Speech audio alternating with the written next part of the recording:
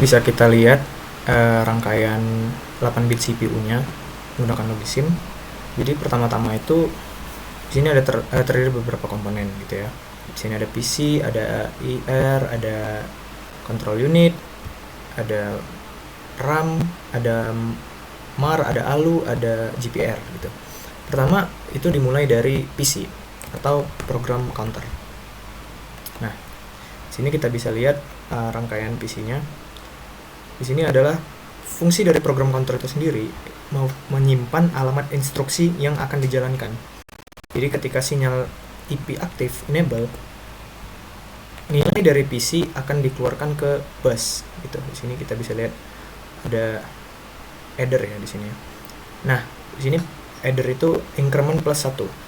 Jadi nilai dari PC ini masuk ke rangkaian adder yang berfungsi menambahkan nilai sebesar 1.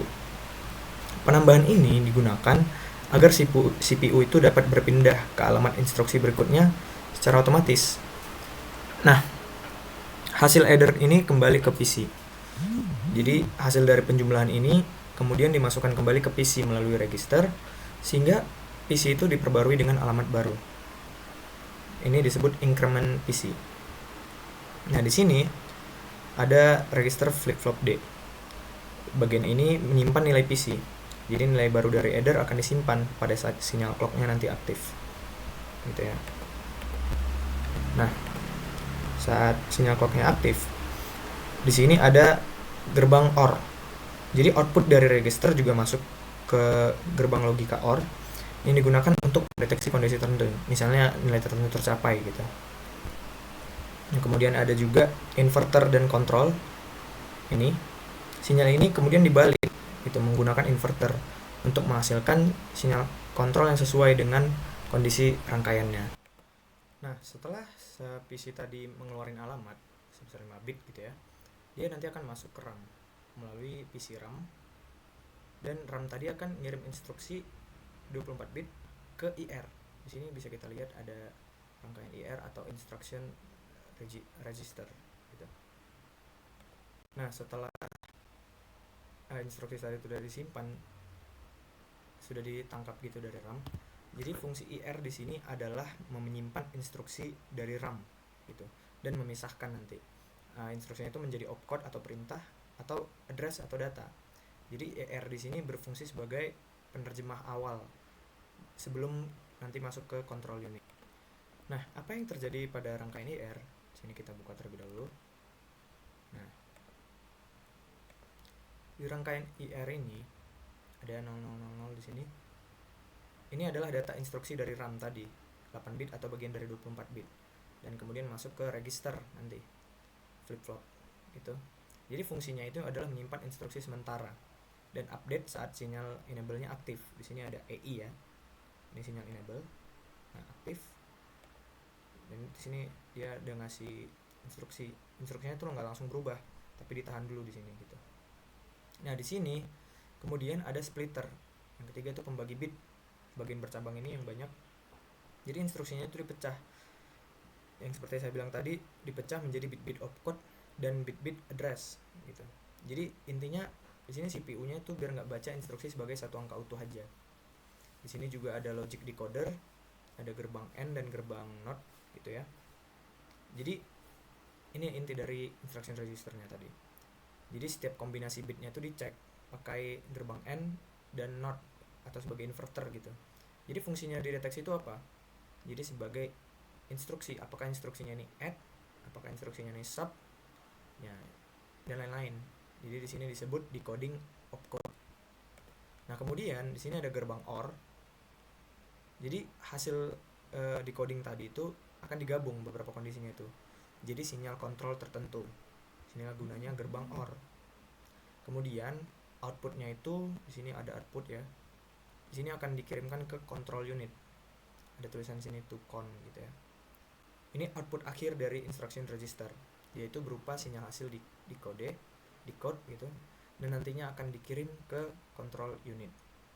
Nah, setelah melalui proses decoding, data tersebut nanti akan dikirimkan ke yang namanya control unit. Sini bisa kita lihat ada CON ya, con gitu. Jadi fungsinya control unit ini menghasilkan sinyal kontrol berdasarkan opcode yang sudah dihasilkan dari instruction register tadi. Dan juga dia ngeset timing. Di sini ada T0, T1, T2 dan W1. Nah, jadi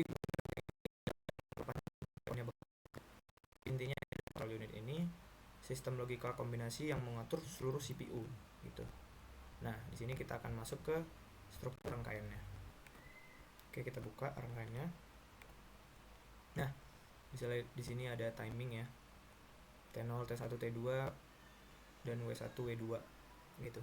Jadi gunanya ini T0, T1, T2 itu adalah tahap eksekusi dan W1, W2 ini adalah tambahan kontrol siklusnya gitu. Ini menentukan kapan sinyalnya aktif gitu. Nih, kita enable semua misalnya. Nah, jadi opcode ini nanti tadi datangnya itu dari IR gitu. Sini misalnya kita masukkan sinyal, di sini menentukan jenis instruksinya itu apa. Di sini kita buat 010 gitu. Nah, kita masuk ke rangkaiannya.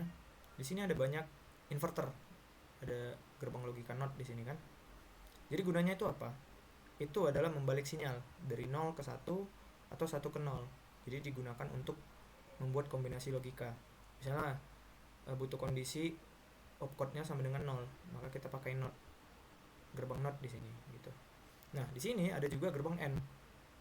Di sini sama seperti fungsi sebelumnya itu untuk mendeteksi kondisi spesifik. Jadi menggabungkan dia timing T0, T1, T2, terus opcode-nya dan kadang hasil NOT gitu. Artinya setiap N itu, setiap gerbang N ini adalah satu kondisi spesifik yang berbeda-beda gitu. Dan hanya aktif jika instruksi tertentu pada tahap T1. Nah, setelah gerbang N akan masuk ke gerbang OR di sini. Di sini ada gerbang OR ya. Nah, kenapa ada gerbang OR? Karena satu sinyal kontrol itu bisa aktif di beberapa kondisi. Jadi satu output sama dengan gabungan banyak kemungkinan gitu. Nah, di sini ada banyak outputnya. Ini ya, ada ER, EI. Sini kita akan jelasan singkat. Yang pertama itu ada ER. Ini adalah enable read, yaitu mengaktifkan RAM untuk membaca dan aktif jika kondisi fetch di kondisi fetch atau instruksi butuh data dari memori. Sini. Nah, kemudian ada EI atau enable dari instruction register tadi. Jadi dia gunanya ngisi instruction register. Biasanya itu aktif saat T0. Sini kan aktif T0, maka dia aktif gitu. Dan dalam kondisi fetch ya kalau T0 itu. Sini juga ada use RAM. Use RAM ini menentukan apakah data dari RAM itu digunakan. Kemudian ada EA, enable register A, itu mengeluarkan isi A ke bus gitu. Nah, di sini ada EALU atau enable ALU, itu mengaktifkan output ALU ke bus. Nah, kemudian ada WR atau write, ini menulis ke dalam RAM gitu. Kemudian ada LA. LA ini adalah singkatan dari load A, itu memasukkan data ke register A. Kemudian juga ada LB, itu memasukkan data ke register B. Di sini juga ada SU atau select ALU. Ya, ini menentukan operasi ALU, tambahkah, kurangkah, dan lain-lain. Kemudian ada EU, enable ALU, mengaktifkan output ALU ke bus. Kemudian di sini ada LM atau load mar, memasukkan alamat ke mar. Jadi di sini ada cara kerja atau urutan waktu. Kan di sini ada, bisa kita lihat di rangkaiannya itu ada T0, T1 dan T2. Jadi T0 di sini ini di bagian tahap fetch. Di sini ada rangkaiannya itu. Jadi terjadi ketika si enable read-nya ini dalam kondisi 1 atau enable. Jadi di sini RAM-nya dibaca dan kemudian EI dalam kondisi enable. Artinya instruction register tadi itu sudah diisi. Kemudian di sini bisa kita lihat ada decode di bagian T1. Jadi di sini control unit tadi itu membaca opcode yang sudah dikirim dari IR dan dia akan menentukan sinyal berikutnya. Jadi dari gerbang logika yang sudah saya jelaskan tadi. Di sini ada gerbang NOT dan juga gerbang N, juga gerbang OR. Dan kemudian di bagian T2 atau timing yang terakhir itu ada bagian execute. Di sini bisa kita lihat gunanya itu adalah mengaktifkan outputnya tadi yang sudah dijelaskan. Ada LA, LB, ada SU, EU, dan WR. Tapi bila perlu WR aktif. Nah, setelah control unit tadi menentukan sinyal kontrol, maka komponen pertama yang benar-benar mengeksekusi perintah terkait data tadi, yang dari output tadi yang ada load dan output ke bus dan kemudian dikirim ke ALU, itu adalah komponen GPR. Di sini kita bisa lihat komponen GPR di kotak kanan. Jadi GPR adalah langkah berikutnya sebelum masuk ke ALU. Nah, apa sebenarnya fungsi GPR ini? Yang pertama itu ada menyimpan data sementara, kedua menjadi sumber data nanti untuk ALU, dan yang ketiga itu mengirim data ke bus. Di sini juga ada register A dan register B. Oke, kita buka rangkaiannya dulu. Oke, bisa dilihat di atas ini ada input. Di sini input kita bisa masukkan satu, ya terserah input kita mau apa gitu. Ini contoh data dari bus atau dari luar gitu, dan dia akan masuk ke register A dan register B. Ini ada kotak tengah ya. Di sini ada A dan B ini adalah flip flop atau register dari 8 bit. Yang gunanya itu nyimpan nilai. Kemudian di sini ada sinyal kontrol. Ini ada LA, ada LB.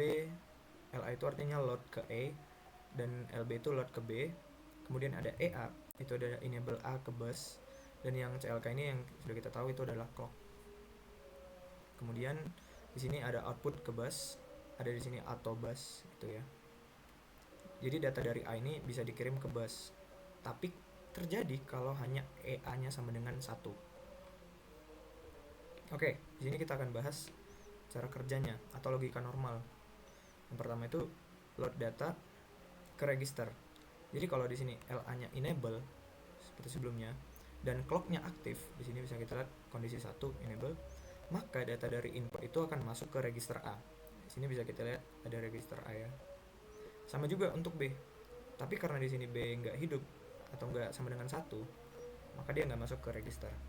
Kemudian tanpa perlu kita enable, A otomatis itu tersedia di atau ALU di sini ya.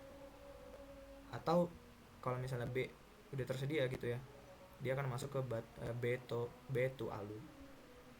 Jadi di sini ALU selalu lihat isi A dan B gitu. Kemudian isi A tadi itu akan dikirim ke bus. Ini bisa kita lihat ada atau bus. Nah, kalau EA-nya tadi sama dengan 0, jadi A itu tidak boleh kirim data supaya tidak terjadi konflik di bus. Oke, kita recall. Jadi misalnya inputnya di sini kita masukkan nilai 00 0000 1100. Oke. Dan LA-nya sama dengan 1, maka clock jalan. Nah, saat clock naik, dia akan disimpan. Nah, setelah itu LA sama dengan 0, nilai A itu tetap disimpan. Misalnya ini kondisi mati ya. Dan tidak akan berubah walaupun inputnya berubah gitu. Nah, step ketiga tadi A otomatis masuk ke ALU atau ALU, dan B juga sama. Artinya apa? Jadi ALU-nya itu udah siap beroperasi. Dan kemudian step keempat itu isi dari masing-masing A to ALU dan B to ALU ini akan dikirim ke bus. Tapi kalau nanti EA-nya sama dengan 0, maka bus itu tidak terpengaruh dari A. Oke, kita lanjut. Setelah data tadi disiapkan di GPR, di register A dan B, maka data tersebut dikirim nanti ke ALU untuk diproses sesuai instruksi dari si control unit sini. Nah, fungsi dari ALU sendiri atau Arithmetic Logic Unit itu melakukan operasi aritmatika dan logika terhadap dua input tadi, yang dari register A dan B, kemudian menghasilkan output sesuai instruksi dari control unit gitu. Jadi ini saling berhubungan antara control unit, GPR, dan ALU. Nah, mari kita buka dulu di ALU-nya ini, rangkaian ALU-nya. Nah, di sini teman-teman bisa lihat ada banyak komponen, ada full adder, ada selector, ada complementer. Yang pertama kita lihat dari sebelah kiri, ini ada input A dan input B. Nah, dua input 8 bit ini dari register A dan B. Gitu. Jadi langsung masuk ke beberapa blok sekaligus. Gitu. Terus yang pertama ada complementer atau inverter lah. Gitu. Yang dituliskan di sini ada complement ini rangkaiannya gitu. Jadi fungsinya itu mengubah nilai menjadi komplement, biasanya untuk operasi pengurangan gitu. Kenapa? Karena A kurang B sama dengan A tambah minus B tambah 1. Jadi si B tadi itu diubah dulu baru bisa dipakai untuk subtract gitu. Nah, kemudian ada rangkaian subtract di logika yang kiri bawah ini. Di bagian AND, OR, sama NOT kecil ini. Nah, itu mengatur apakah B perlu dikomplement atau tidak. Tergantung sinyal kontrolnya. Kalau operasinya sama dengan add, berarti B-nya normal. Tapi kalau sub, berarti B-nya harus dikomplement gitu. Di sini juga ada rangkaian adder yang ini ada tulisan add gitu. Di sini sesuai dengan namanya itu gunanya untuk menjumlahkan. Jadi rumusnya itu A tambah buka kurung min B tambah 1 untuk subtract. Ini inti dari aritmetikanya. Dan juga di sini ada block OR, ya, ini 8 bit juga. Di sini dia melakukan operasi logika E atau B gitu. Jadi bisa juga diperluas ke operasi lain. Kemudian ada juga block select atau multiplexer sini ya, kanan tengah. Jadi fungsinya itu apa? Untuk memilih hasil operasi antara dia hasil add atau hasil OR. Jadi sinyal itu dikontrol dari control unit. Nah, kemudian ada di sini output di bagian kanan ini. Jadi hasil operasinya nanti ini dikirim ke bus atau ke komponen lain. Dan juga ada di sini zero detection di gerbang or not gitu. Ini di sini zero detection. Jadi ngecek apakah outputnya tadi 0. Kalau semua bitnya itu sama dengan 0, maka output zero-nya itu nanti akan berubah jadi 1 nih. Di sini kan 1 karena semua bitnya masih 0. Dan kemudian yang paling bawah itu ada enable. Enable ini fungsinya itu mengaktifkan output ALU. Jadi udah diproses nih, baru nanti dikirim ke bus gitu.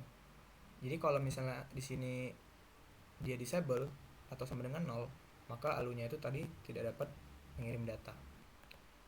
Oke, kita recall dari step 1 input masuk, A dan B dari GPR masuk ke ALU, kemudian kontrol unit kirim sinyal, apakah dia itu add, apakah dia sub, apakah dia OR. Kemudian di step 3 dia diproses di dalam add atau di dalam sub atau di dalam OR. Kemudian nanti multiplexernya di sini select akan memilih hasil yang sesuai. Dan kemudian saat enable-nya kita tekan 1, maka nanti hasilnya keluar ke bus gitu. Di sini kita ubah bitnya gitu ya.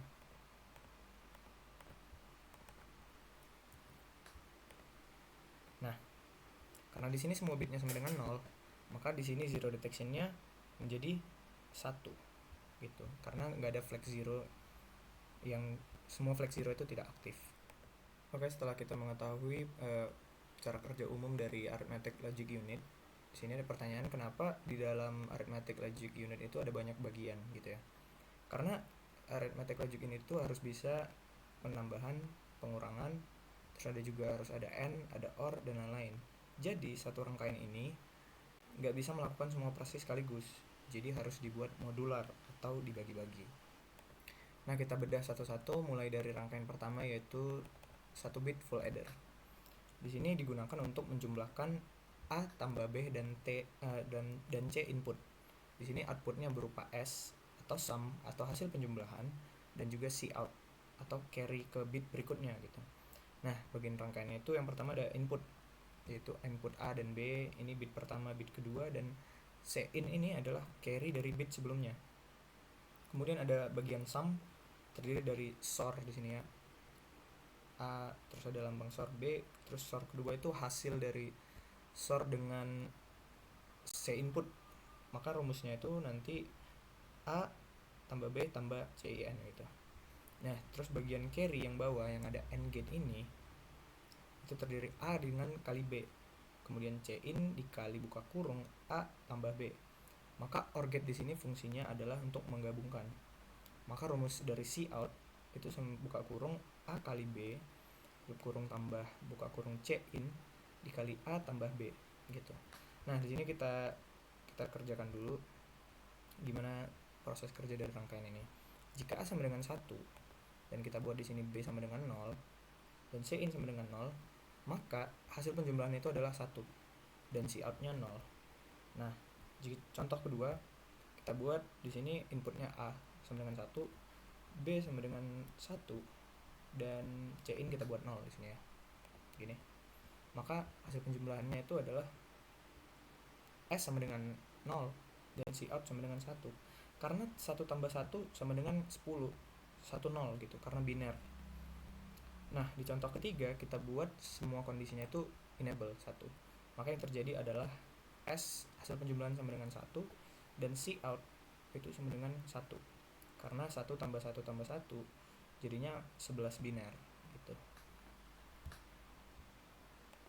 Kemudian kita bedah yang kedua, 8 bit full adder. Di sini gunanya adalah menjumlahkan dua bilangan 8 bit, yaitu X tambah Y dan tambah CIN di sini ya, C input. Jadi S0 sampai S7 itu hasil penjumlahan dari 8 bit tadi nih, S0 sampai S7. Dan C out adalah carry terakhir. Jadi struktur rangkaiannya ada 8 buah 1 bit full adder. Sini inputnya X0 sampai X7, X0 X7 sampai Y dan Y7. Ini ada operan pertama dan operan kedua. Dan di sini CIN berperan sebagai carry awal. Dan tiap kotak kecil ini adalah 1 bit full adder. Jadi blok pertama itu ngasilin S0, S1 sampai S7 gitu. Nah, kita bikin simulasi saat di run, yaitu saat X0 dan Y0 sampai C input, maka hasilnya sama dengan di sini S0 ya. Maka carry keluar itu ke blok berikutnya gitu.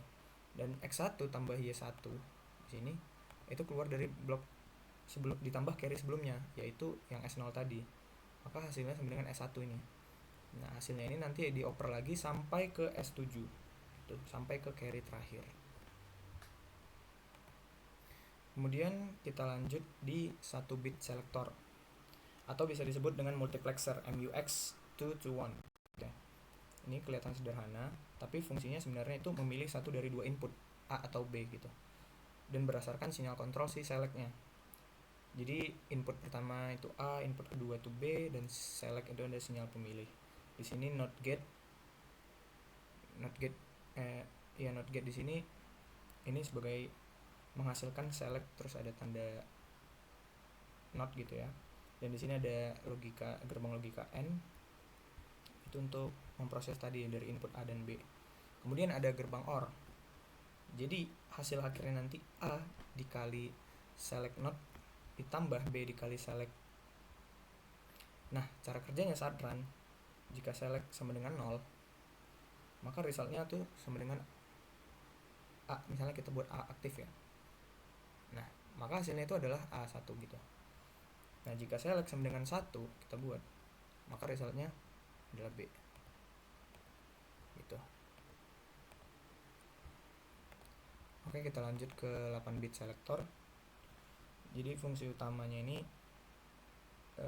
memilih satu dari dua input, tapi berdasarkan satu sinyal select. Ini kerjanya sama, cuman lebih rumit gitu ya, karena sampai ada 8 bit. Jadi input A sama input B dari A0 sampai A7 di sini. Jadi setiap kotak kecil ini ada 1 bit select gitu. Nah, jika select sama dengan 0, maka semua selektor pilih A, maka outputnya adalah sama dengan A. Jika select sama dengan 1, maka semua selektor itu memilih yang B, maka outputnya sama dengan B gitu. Jadi selektor ini menentukan hasil mana yang keluar. Kemudian kita lanjut di 8 bit complementer.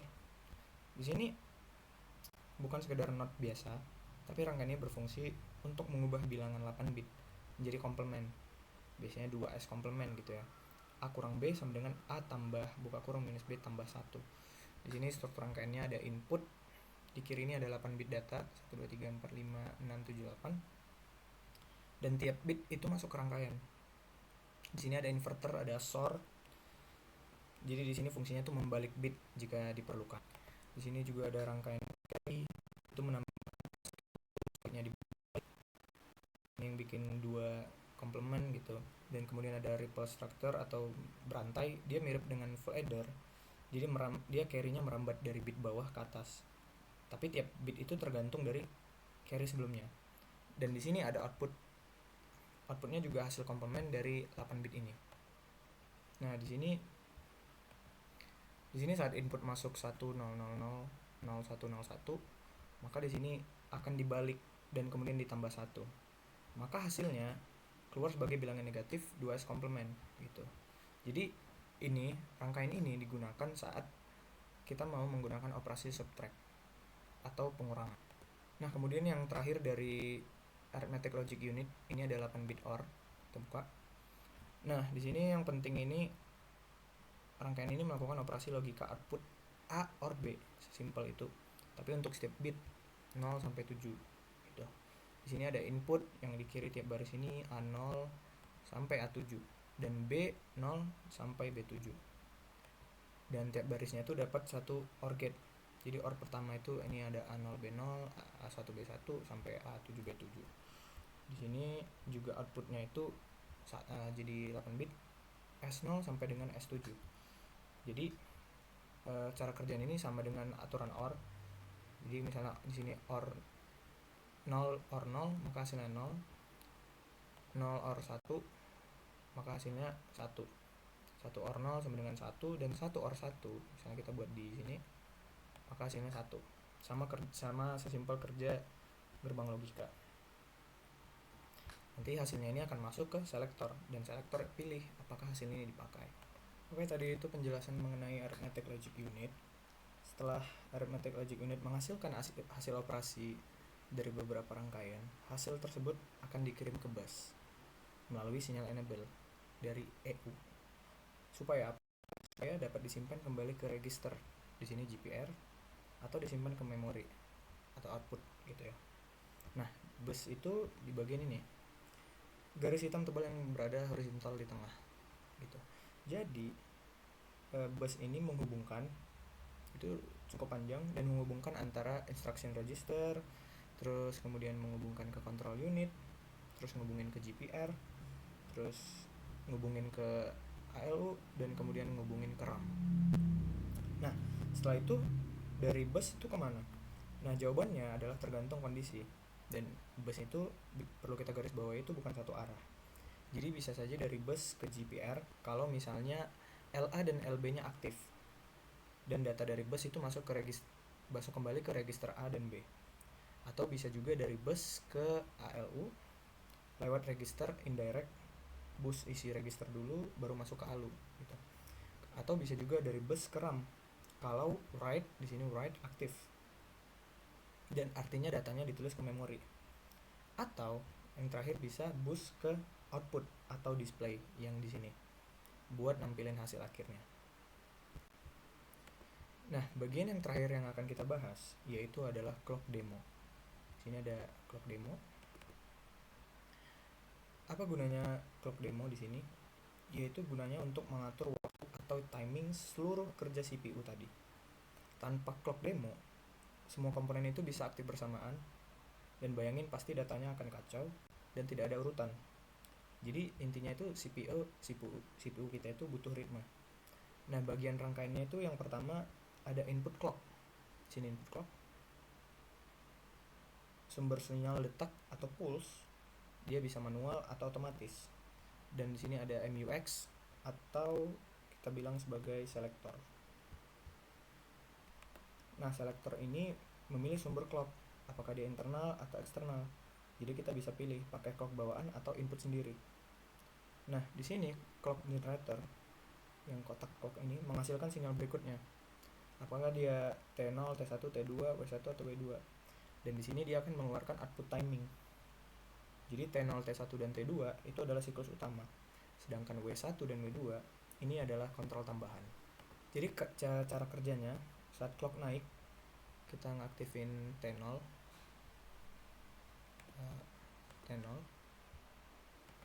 maka dia akan dalam mode fetch atau ngambil instruksi.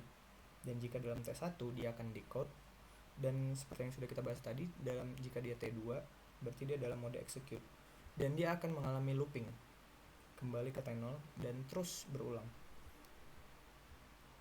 Nah, jadi apa hubungannya clock demo ini dengan control unit? Jadi control unit pakai ini untuk menentukan kapan instruction registernya load, kapan registernya aktif, dan kapan ALU akan jalan. Jadi clocknya itu bukan sekedar urutan on dan off, tapi juga sebagai urutan waktu, supaya semuanya nggak terjadi sekaligus dan CPU kita nanti tidak bisa bekerja dengan benar. Nah, yang kedua kita akan bahas yang clock kedua. Nah, clock kedua ini bukan sekadar clock aja. Tapi di sini bisa kita bilang adalah rangkaian pembangkit timing atau sequence generator untuk CPU. Nah, kalau yang sebelumnya tuh clock demo itu udah lewat di level penghasil state T0, 1, 2 secara berurutan. Tapi fungsi utama dari ini semua untuk menghasilkan urutan timingnya. Jadi dia langsung urutkan, sedangkan yang sebelumnya tuh cuman clock biasa gitu. Tapi di sini udah disusun menjadi sebuah looping gitu. Dan dipakai control unit untuk ngatur siklus CPU-nya. Jadi di sini ada bagian penting kayak clock enable atau ET. Dia mengaktifkan sistem clock. Kalau ET sama dengan 0, clocknya berhenti. Kalau ET sama dengan 1, clocknya jalan. Di sini juga ada MUX, sama seperti tadi clock selector. Bisa kita pilih internal atau manual pakai tombol. Ini sebenarnya buat debugging. Bisa jalan step by step juga. Di sini juga ada flip flop register. Kotak kecil ini yang DQ. Fungsinya itu nyimpan step sebelumnya, dan dia akan berubah tiap clock. Jadi ini bisa kita bilang state mesin gitu. Di sini juga ada decoder yang ada tulisan DECD. Ini fungsinya ngubah step biner jadi T0, T1, T2 gitu. Misalnya binernya 00, maka dia ada di T0. 01 dia T1 dan 10 berarti dia T2 atau execute. Maka output terakhirnya itu adalah T0 tahap 1 dan T1 tahap 2 dan T3 adalah tahap 3, T2 adalah tahap 3. Dan W1, W2 di sini sebenarnya fungsinya adalah tambahan timing. Yang penting itu ada dari T0, T1 sampai T2. Dan cara kerjanya saat masuk run, step 1 itu clock aktif nanti. Nanti clock masuk ke flip flop. Nah, flip flop ada dinilai 00 kah, 01, 02. Nah, step 3 decodernya aktif. Jadi tiap step diubah jadi T0 atau T1 atau T2. Di sini dia di T2. Jadi sinyalnya tadi dikirim ke control unit untuk nge-execute. Jadi perannya dalam CPU, dia adalah yang nentuin kapan tiap bagian CPU-nya kerja. Tanpa clock sequence ini, semuanya aktif bersamaan dan CPU kita rusak secara logika. Makanya ini bisa disebut sebagai state generator. Dan di sini pertanyaan, kenapa kita pakai decoder? Supaya satu step itu sama dengan satu sinyal aktif dan tidak bertabrakan. Ya, bisa kita analogikan itu kayak lampu lalu lintas gitu. Ada di bagian dia merah atau di bagian 0. Di bagian kuning, lampu kuning itu ibarat dia nyimpan step gitu. Dan hijau itu ibaratkan dia enable atau aktif. Jadi nggak mungkin untuk semua nyala sekali.